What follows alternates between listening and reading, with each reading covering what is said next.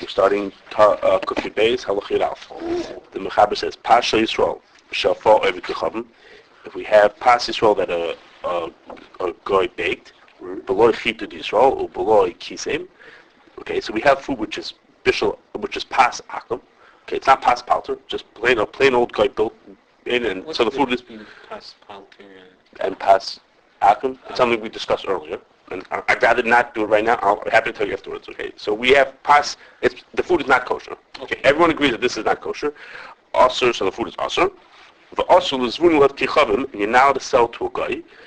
And the achronim explain you're now to sell to a guy who's a palter. Dom issur is v'nu Yisroel. Maybe he'll sell to a Jew. So since you're going to sell to the guy will then take it and might resell to a Jew. This is treif bread.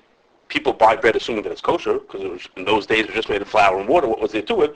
So they would buy it without any hashkafa, without any, just buy it as is. Bake it from a professional So it's talking about that you're selling it to a palter, and the yid might buy it from that palter. Right. Johnny, the guy who Correct. his own The house. piece is halechem l'shtayim. If you break the bread in half or into more pieces, then you could sell to the guy, because the yid would never buy the bread broken up like that. Okay, he wouldn't buy he'd buy a whole loaf. He wouldn't know what it did, so he wouldn't buy it like that. So then you don't have to worry. If you sell it in a way that no one will ever consider buying it, then that's okay. You just can't sell it to him in a way that he might resell it to someone else who will think that it's kosher. A Jew won't buy it, or he won't sell it? No, a Jew won't buy it. That's how it says.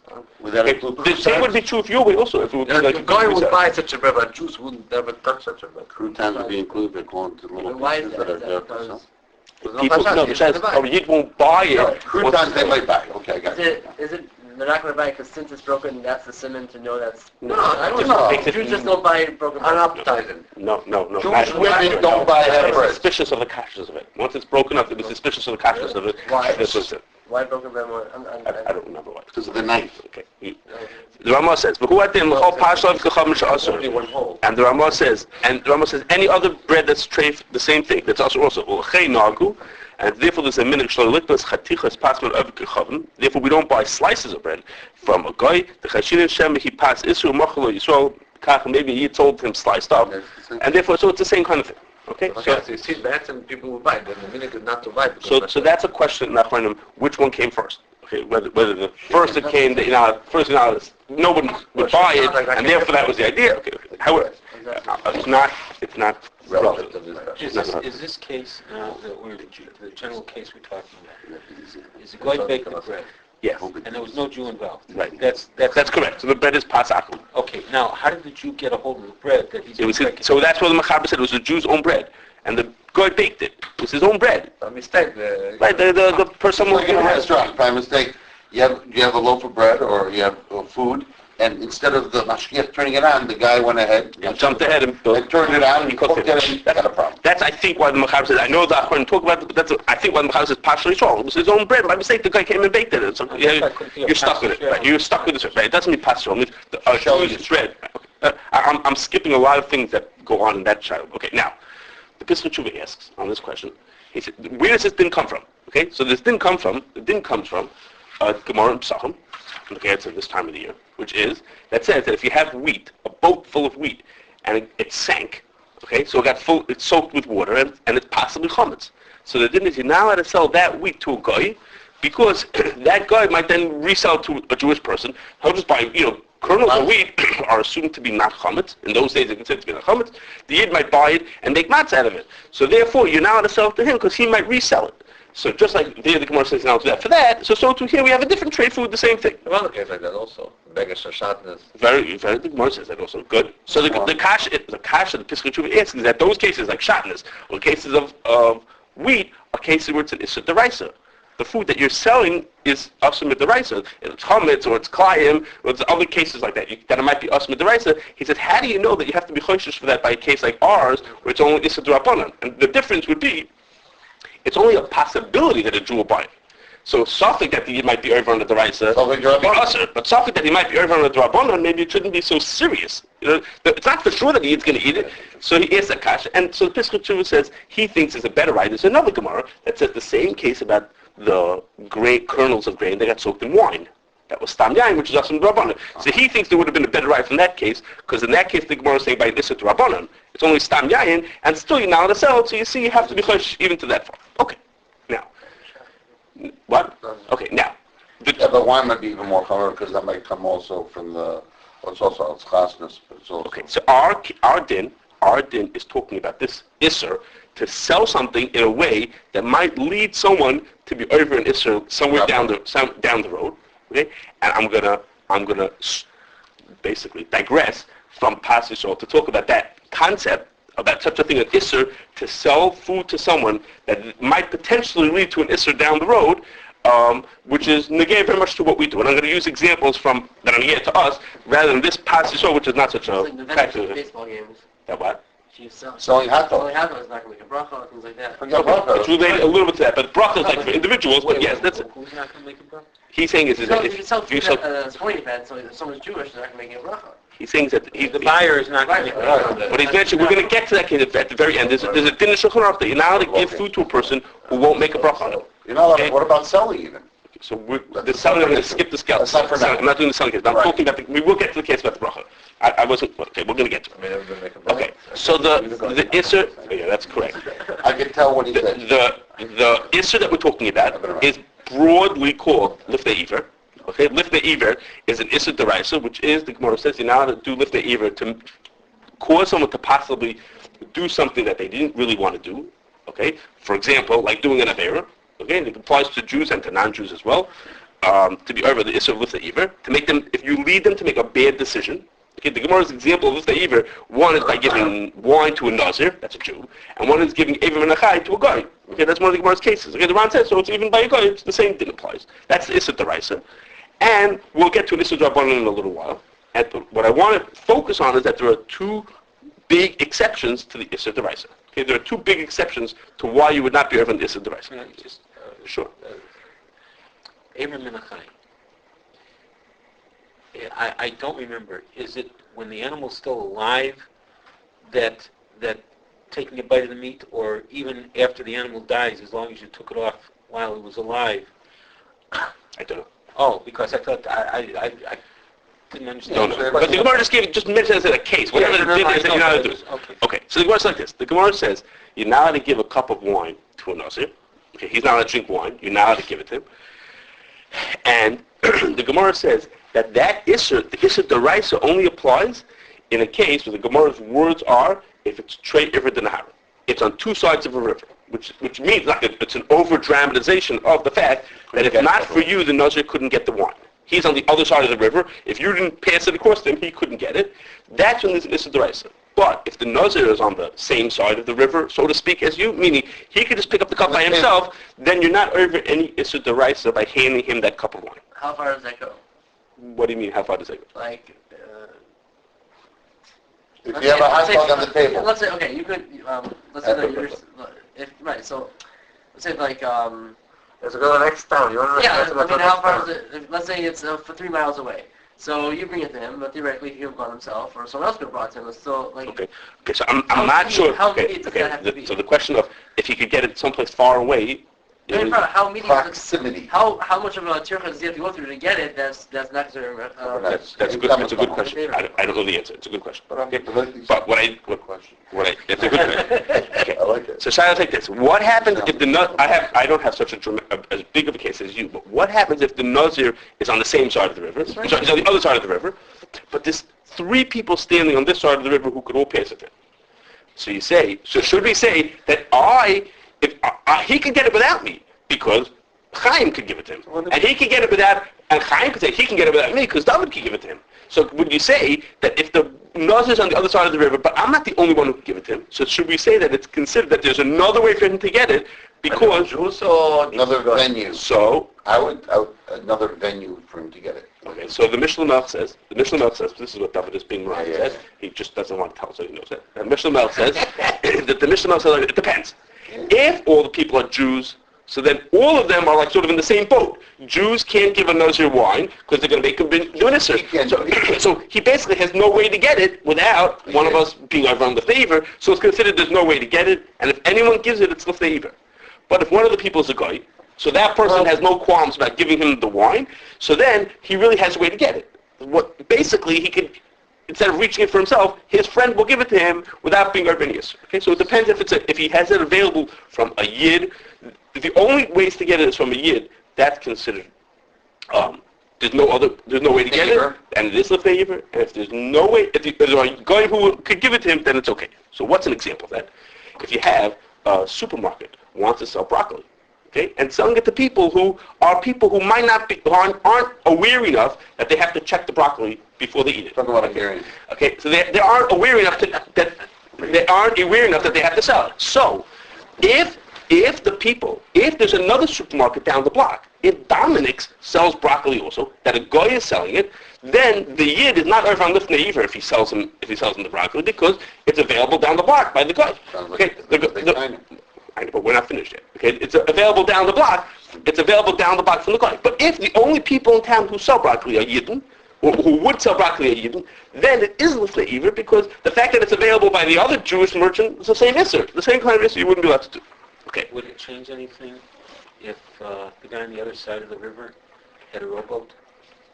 Yeah, that means he's available. Okay. Means he can get it. Okay, now another example is what happens if someone is selling, don't say the name this time, if someone is selling Issur Bezdin wine from Shemitah.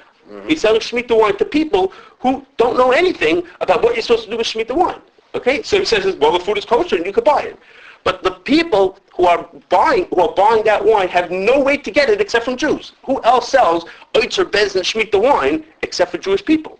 So in that case, the only people selling that stuff are Jews. So if you sell it to a person who's not going to use it properly, who hasn't a clue what to do with it, right. So that's Lifnei Iver to give it to the guy and say to him, I'm giving you the stuff that you should eat it. Now, so to speak, in theory, it's really kosher food. It really is. But you're causing that person to end up doing an Issur or possibly doing an Issur, because he hasn't a clue what to do with Issur Bezdin wine. What's the difference? You can buy regular wine. What? What's the difference? You can buy the regular wine. You buy regular wine. wine. There's no way for him to be over this Issur if not that you gave it to him. Which Issur? Of not treating the wine with Kedusha Shmita. Buy regular I didn't ask him to buy it. And what? And do the same thing. That's also a Jewish person. And there's all the people who could possibly sell him Shemitah wine are all Jewish people. So then, well, that's not like it. If all the Arab stuff is there, it could be buy from an Arab. He could buy from Africa. If I get it correct, I mean, all the people who are selling the kosher wine, they're not Arabs selling kosher wine. Listen, No, maybe the double part case. Yeah. Okay. Now, what would you say? Now, what would you say about this case? What would you say if a Yid is selling livers that are not kosher? Okay, to people, lots of people, I know one of them, okay, who would buy it and don't realize that the livers are stuck inside the chicken, or who buy the livers and say, oh, I bought it in the kosher store, so I can eat the livers. They don't realize that they have to kosher them. Okay, so the person selling that stuff, who's selling the livers, someone has a milk on the Shiloh. And he said, the person could not eat kosher liver. He couldn't eat kosher liver. Right. Okay. So he chose, it wasn't so firm apparently. Don't eat liver. No, he buy from meat, whatever. He didn't buy from a treif store, buy from a kosher store, and then they sell to him without kosher. Okay. Right. And I think you're not going to say he could sell to him because. Okay. I'm not talking about a special case where the guy has a special. No, Friday night. If you're not going to sell to him, he's going to buy a treif. Okay. So. Right. Okay, so maybe that didn't weighing that. That's better. But I'm talking is that the store is selling it just out in the store to kosher people just every day. They're selling livers that are not kosher. To some of those people who are going to buy the livers are not aware that this liver, that you have to do something special to the liver. Okay, in their mind, you have to be aware of other people's ignorance. So what Lifnei Iver means is that I'm doing something that you're not aware of what you're going to possibly be. The notice says, pass me the wine that's next to you. Yes. And you pass it to him. And he knows what he's getting. He's still over on Lifnei Iver. You shouldn't be part of what he's doing. Lifnei Iver doesn't mean he doesn't know. There's a chaymazer about it. Dad. This it's not real Lifnei Iver. The guy is fully aware he's over an Issur. Conscious, knows this. That's called Lifnei Iver anyway. Yes, but I'm talking, but it's for sure probably in the other case when the guy doesn't know what he's doing, that's for sure the thing. You're saying is even if the guy knows. Yes. But he's selling the liver to the guy. So my point for the liver is like this. It's true that the guy can buy treif livers and Dominic's if he wants to. Correct. Right? He doesn't need me to be over on the Issur. Okay? But my point is like this. The person cares enough about kosher that he would never go to Dominic's and buy livers there. Right? There's plenty of people who keep kosher who would never buy livers and dominics. So in his mind, livers and dominics are not like on the table. Those are not even in the range of what might be available for kosher. And the only thing that he would buy is kosher livers. Well, so if the only Jews are, or the only people selling kosher livers are Jewish people, Correct. then if those people sell him a liver that's not kosher, then I'm giving him the only opportunity that he has to eat blood out of a liver. So then it's Lifnei Iver. Okay. The Lifnei Iver is this, unless I have a way of communicating to him that this liver can only, you have to process, blah, blah. I explained to him that it's not really kosher. It's like sort of halfway, fine, then I've done my job. But if I just sell to him without giving over that message clear enough, then it's Lifnei Iver. Because even though there are treif livers available, my point here is, even though there are goyim selling treif livers, but for lots of people, they've cut off that market. It doesn't occur to these people to walk into Dominic's and buy a liver. It's not like it's not like the broccoli. Broccoli, they might walk into Dominic's and buy. The livers, they wouldn't buy. Okay. No. The liver. I'm not sure I understand the halachas of it, but that's Okay. When you broil liver, you salt it and you broil it. My understanding is you can't cook it in water. You can't cook in soup or water or whatever. That's questionable. That's a question. Oh, I thought that was... The child here is that they sell you a liver. What I'm asking is, if that's the case, then That's what we same case, two That's a kosher similar question. Similar question. Of course you can cook it. Okay. If you I thought I heard 3 days, It was not 3 days. whatever. Okay, It was within 3 days. like, good point. Okay. That's Now, been the whole other article on the liver. the other exception to the other exception to Lifnei Iver. The other exception besides for when we say the din of that if it's on Chad Iver Dinar, Right. besides that exception, is another thing which the Gemara calls Lifnei Lifnei, which means it's like this. The Gemara says you're not allowed to sell certain spices. The Gemara says a zillion examples. Certain spices to goyim because they might use it for avodah zarah. Okay, so you're being machshalim and Lifnei Iver. But the Gemara says in certain cases where you know the person buying it will not use it for avodah zarah, then you are allowed to sell it, even though he might resell it to another guy who will use it for avodah zarah. And then sell it to you. No, not to a Jew. You sell it to one guy. Okay. If he might use it for avodah zarah, it's Lifnei Iver. Right. If he won't use it for avodah zarah for whatever reason, but there's still a chance that he might sell it to the next guy who will use it for avodah zarah. The Gemara says that's not Lifnei Iver because the Gemara says Lifnei Iver is also, but Lifnei Lifnei is not also. Okay, Lifnei Iver, I'm selling it to you, and you might sell it to the next. I'm selling it to a guy, and the guy might sell it to another guy. That's not Lifnei Iver. Okay, so we had two big exceptions to the din d'oraisah of Lifnei Iver. Okay, but as you all well know, even though the din d'oraisah, it's not so easy to be over on the din d'oraisah, because of these exceptions, it's pretty. In most cases, you're not over on the d'oraisah, but most people hold, and it's assumed that that's the din, that most people hold that there is an Issur D'rabannan, that an Issur D'oraisah, which we call Messiah the Iver, which means is I'm supposed to look out for your best interest and keep you from doing an avera. If I can help you, if I can prevent you from doing an avera, kol shekain, I shouldn't be helping you to do an avera. Okay, so most people, it's assumed that we paskin that there is an Issur of Messiah the Iver. It's a machlokes. We assume we paskin like that, and that there's an Issur to assist, to help somebody, even though you're technically not over on Lifnei Iver. If we're all sitting here and he could have taken Issur by himself to help him, it's still inappropriate to help him. That would be a D'rabannan. That's Issur D'oraisah. Now, one of the rayas that this din of Messiah comes right from our case that we're talking about. Okay, the Rosh asks Kash like this. He says, we said there's a kula called Lifnei Lifnei. There's no Lifnei Iver when you give something to one person who might give it to somebody else. So he says, you have a boat full of wheat that sank and got wet, and it became possibly chametz. So the Gemara says, don't sell it to a guy because he might sell it to a yid. So he says, well, if you sell it to the guy's not going to have a problem eating chametz on Pesach. So the problem is, I think Gemara says he might sell it to a yid afterwards. So he says, why isn't that Lifnei Lifnei? You're selling it to the guy, and the guy might sell it to a yid. So that's not Lifnei Iver. The person who what you're doing is not going to lead him to be over Issur. You're giving it to him, and he might sell it to somebody else. He says, what's the difference in the Gemara's case that says you could sell the spices to the guy, even though he might sell it to another guy who will use it for avodah zarah? He says, what's the problem? What's the difference? So the Rosh says, the Rosh says, you see from here that we only Lifnei Iver doesn't apply in the case of the Lifnei when the end user is a guy. The end user is, you sold avodah zarah spices to a guy who might sell to another guy, so I don't have to worry about his possibility. There's no Messiah for a guy. If there's no Lifnei Iver, you're allowed to do it. But in the case of the chametz, I sold the kernels of wheat to a yid, to a guy. That guy might sell to a yid. I have to be concerned that the end user is going to end up, the end user who's Jewish might end up using this wheat for a Pesach. So therefore, this not Lifnei Iver, this Messiah D'oraisah. Okay, so that din D'rabannan Messiah D'oraisah, one of the riots is right from our case. Okay, that there's such a thing. The Gemara doesn't say. No, because there's 100 other cases. Like I didn't mention, there's a whole bunch of other cases of the same kind of a din. Which question? Some? Avodah zarah. Avodah zarah in the Gemara of Lifnei Lifnei. So he says that, and the Rosh happens to be talking about the din of Lifnei Lifnei. Most people actually say it the other way. Most people, it's much more common to see this brought for the other din. There's a din that on Chad Iver Denara. If you're on the same side of the river, there's no Issur of Lifnei Iver, and everyone says, we paskin that even so there's an Issur of Messiah D'oraisah. You can't help the person do the Avera, even though he can do it by himself. So you can't pass on the line notes in front of him. That's correct.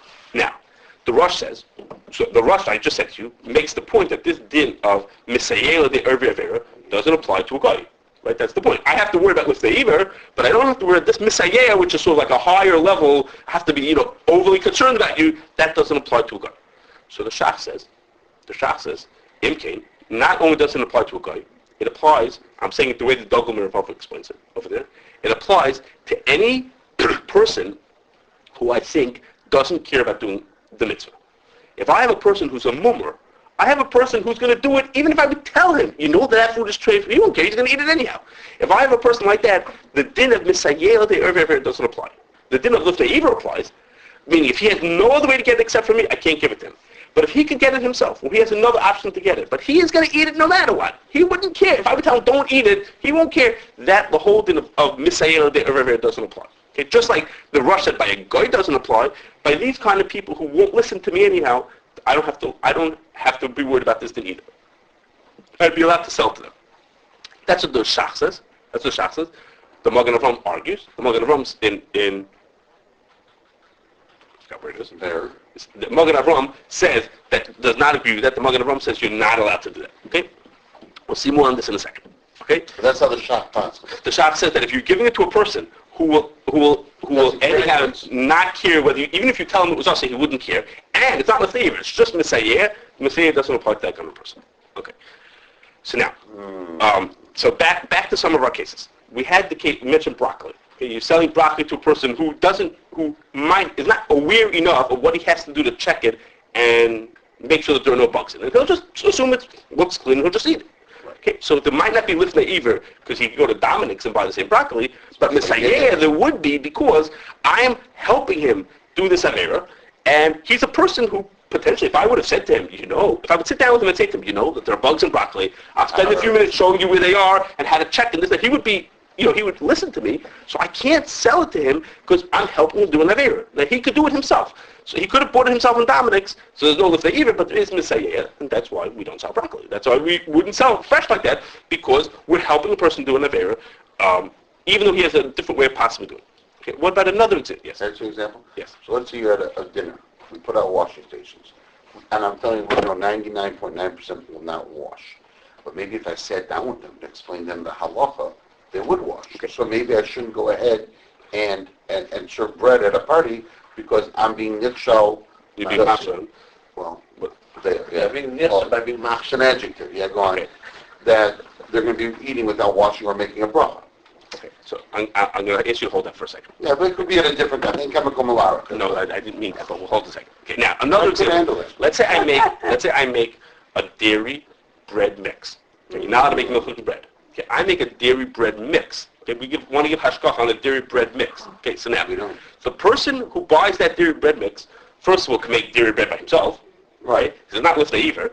And guess what? He can even take the bread mix and make something that's not bread, or he can make bread in a special shape. If you make dairy bread in a special shape, that's okay. You're allowed to do that. Correct. So it's not for sure that the person is going to do it in a very by buying it. Okay, but the Messiah is even though the yid's going to buy it. Why? Giving hashkafa is the point is to make it available for a Jew to buy it. Muslims. Yeah. Okay. So I forgot. I'm more kidding. Sorry.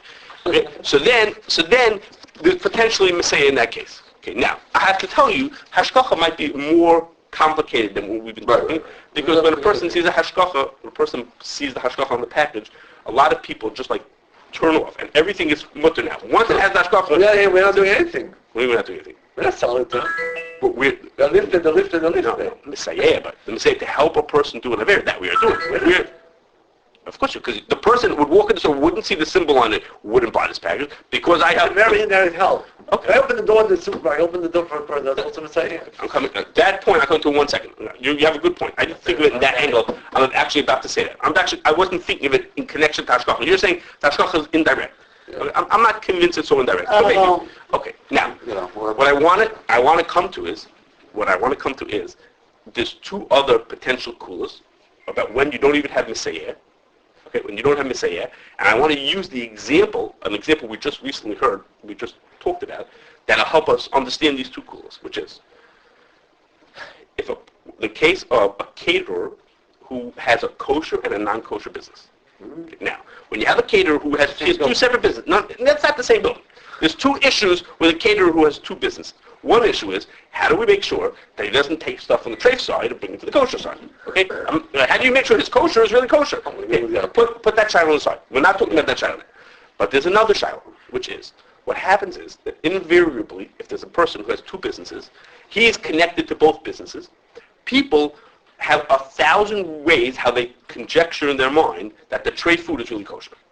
They come to an event, there's a lot of Jewish people standing around, they see the caterer, draying around the building. They see his name, and somehow they assume that this must be a kosher event. Okay, like kosher fest, right? They see it's a kosher fest. They have this impression that it's a kosher, that this must be the kosher event. And that caterer, I know he does kosher parties. I see his waiters. I see his chefs. So they have all kinds of conjectures. And Rabbi Eisenbach and I recently heard people telling us the most frightening and amazing stories that people had of how they decided that the food was kosher, even though it was absolutely chazer treif. Okay? And people have this conjecture. So the shaila is allowing. We're not in Chicago. I didn't get there yet. Is it acceptable to give hashgacha to that person when you know that by giving him hashgacha you are setting up a situation where there are people who will end up eating treif because of that. People will make that mistake and eat treif because of that. Okay. So if we would stop right now, before I tell you these two kulas, we would say is, it might not be Lifnei Iver, because the people can eat treif on their own, and they don't need me to eat the treif, but it would be Messiah, because I'm making it available. I'm doing something that makes it available, that leads people, let's say it like this. Let me say, the Rush says. So Rush first, same thing. The Rush says, sure. Messiah is because I have to be looking out for your interests. Of course, I shouldn't help you do the affair. But how far do you have to Go in. to what? So very good. Maybe whole thing. So the first kula is, Rav Moshe says like this. It says, Rav Moshe says, and this is what David was hinting at also, that Messiah only applies when I do something that directly would help the person do the Issur. I sell him a piece of broccoli, and he might take it and take a bite out of it. That's what you do with broccoli. That's what you do with broccoli. I hand it to you, you take it home, and you eat it. Okay? I sell you livers, and you go home, you cook, not knowing, you cook them, and you eat them. Okay? But if the person does something indirectly, and one of our Moshe's examples is you sell them pots. Okay? And you can do anything you want to with pots. I mean, obviously you cook with pots. Even though I know good and well that some of the things you're going to cook in the pots are going to be treif, which is I know good and well that this person will cook treif in the pot, but my action is indirectly connected to what he's trying to do, and therefore, there's no Messiah in that case. Okay? So, in our case, it's much better than the pots. In our case, I'm giving hashgacha for the kosher caterer. I'm doing something that's obviously beneficial. I'm helping the kosher side be kosher. The fact that somebody might pick up from that the treif side is therefore is kosher and make a mistake, that surely seems to qualify for this thing as a not Messiah because it's very indirect. Okay, we have to just balance that. I'm not saying it's wrong. We have to just balance that who's the person giving the hashgacha? It's usually the rabbi in the community who's giving the hashgacha, and the rabbi might himself feel a higher calling that he has to look out for everyone's best interest, and that in looking out for people's best interest, even if technically it's not Messiah, he might feel that it's not appropriate for him to do something that Lamais is at the end of the year he knows there's going to be 10 people eating treif because of it. Okay, so that's maybe a thought of that. But there's a second call that Rav Moshe also says in the same tshuva, but it's also in and Rosh Zalman says this in a different context, and others say the same thing, which is like this. This din of Messiah is, don't do things that help people do Averis. Okay? When that Issur, a person is entitled to make a judgment, an honest judgment, as to which of their actions cause more Shmiras HaMitzvahs than the others. That is to say. Sounds like a cure. It's very negated to people who don't kiruv. They're very much negated to the Shiloh, people who don't kiruv. When a person, if I stand there, listen to Ramesh's case. The guy was a kosher caterer, and people wanted to make a wedding, and there was going to be mixed dancing. Oh, that went So Ramesh said they're going to have mixed dancing. The guy says, I don't want to help them do the avera of having mixed dancing. Having mixed dancing. So Ramesh says, let's think about it. It's not Lifnei Iver, because they can go anyplace else to do this. So it's a question of Messiah. So if you cater the event, they will have mixed dancing and eat kosher food. If you don't cater the event, you think they're not going to get married? Of course they're going to get married. They're going to go down the block, and they're going to have mixed dancing and trade food. So if you they're going to get another kosher catering and have some moments. No, that's not what he says. He says if they come to you, there'll be mixed dancing and kosher food. If they go down the block, there'll be mixed dancing and trade food. So which one of these options is going to lead to more averis than the other? You're trying to prevent people from doing averis. So having it kosher food with mixed dancing is going to have less averis than kosher food, than trade food and mixed dancing. So Ramesh says, so in Messiah, you're allowed to weigh these choices and decide what to do. In Rosh Zalman's case, it's like your case, which is that there's an issur to feed food to a person, give food to a person who won't make a bracha. In Rosh Zalman's case, it was a whole story. They had a presentation, some kind of a thing at his yeshiva in Kol Torah, and there were a bunch of benefactors who had come there, and it was a boiling hot day, and they were sweltering hot, and it was like after hours of sitting out there, they wanted to give these people a drink. Rosh Hashanah gave them a drink, knowing good and well that these people who were not going to make it off. They said, how can you do it? They said, you're not going to give it to them. So he describes the repercussions of his not being menschlich and giving them a drink, and he says if we weigh, in Messiah, we're allowed to weigh the benefit versus the loss. So even though I help them do the, so to speak, smaller avera, I'm not making a bracha, weighed against the larger bad that would have come out of it, I'm allowed to decide that I could give him, sort of help him do this avera because I'm preventing other averas. Because the whole idea here is to minimize averas. That's the point. I'm supposed to help you do less averas. So back to our catering. Now, I said, before I get to it, I had said, of course, a person has to make a real honest decision. A thought about this is that, am I doing that, or am I just trying to take the easy way out? Am I really making a cheshbon? And in Kiruv, it's very much a question is, I'm going to have someone do something that he'll do averis, but in the long term, or even in the short term, there's some kind of a benefit. Okay. Now, back to our caterer. Where's the situation where we have a caterer, we have this caterer with kosher or non-kosher business? In cities with big Jewish communities, in Chicago, we would never dream of doing that. We say we have plenty of kosher caterers who are all kosher. We wouldn't dream of doing this. Okay? This shaila is negaya to places that they can't support a kosher caterer. There's not enough business to support one. So what do they? The trade caterer says, I'll open up a kosher division to service these people. So what's going to happen? If we don't give hashgacha to this person, what's going to happen? There are certain people who just won't have weddings here. They'll go elsewhere. Okay. But there are plenty of people who are not as committed, and those people will go ahead and make their events treif. Okay, what's going to happen? What are they going to do? They're going to make a treif event. And there's going to be lots of Jewish people who will end up eating treif. So when we're weighing our decision, we have like this. If we give hashgacha, 10 people a year will make a mistake and eat at a treif event. Okay. If we don't give hashgacha, 200 people will eat treif during the year because of our decision. So in Messiah, it's not Lifnei Iver, it's Messiah. In weighing Messiah, we're allowed to weigh how much total, so to speak, averas are going to be. 10 people eating treif versus 200 people eating treif, we're allowed to make that decision. Okay? Now, however, in this case, it's not, even though I'm telling you that it seems like you'd be allowed to make that decision, but there's two reasons that are very similar to say that this might not be true. First of all, the Shach says that Messiah doesn't apply to a mummer or a person who doesn't care about doing Yisroel and will do them anyhow. Okay? So in this case, who are the 200 people who I'm saving from eating treif? Those are people who basically don't care very much. These are people who, a person who would eat at a treif wedding if there wasn't kosher available is a person who doesn't care so much. I didn't say he doesn't care anything, but he doesn't have such a strong commitment to it. Is that called a mummer, or would that be called more a person? If he's got kosher available, he definitely will buy kosher. He's not going to go. No, I did say it's mummer, but the Dogma Rava says if I would sit down with the person and say to him, the food you're eating is treif, would he eat it?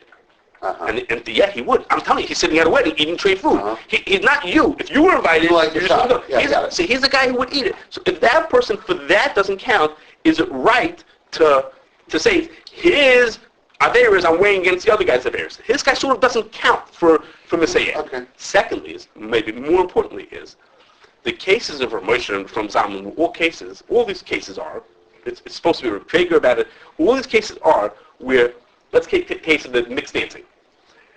At this wedding, the choice is either the person will have mixed dancing with kosher food, or he'll have mixed dancing with tray food. Okay? It's the same person who we're weighing how many Averis he's going to do.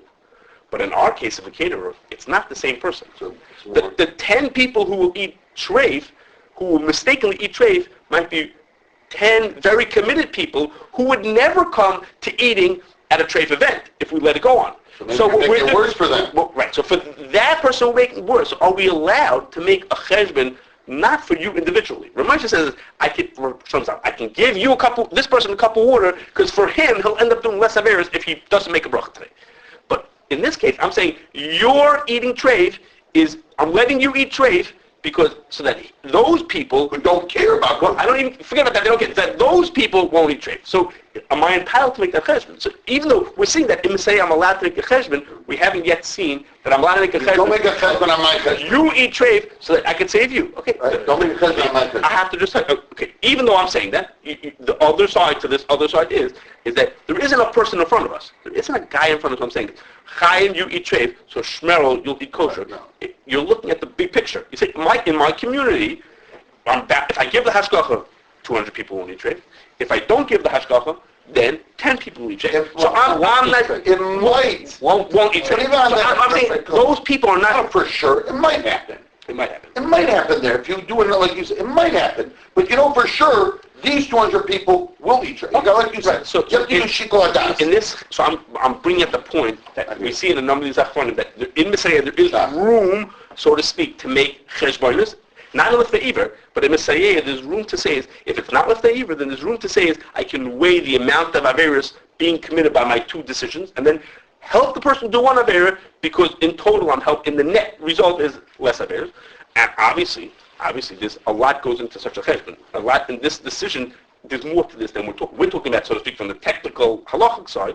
There are bigger issues like the community, their need for a kosher caterer. There are other issues that go into it. But we're hanging on the part that's, if I can remind you, negated to our din that we just talked about. Which was a person selling something that will lead someone to do this. So we sort of. That's good. That's okay. Appropriate. Okay. Thank you.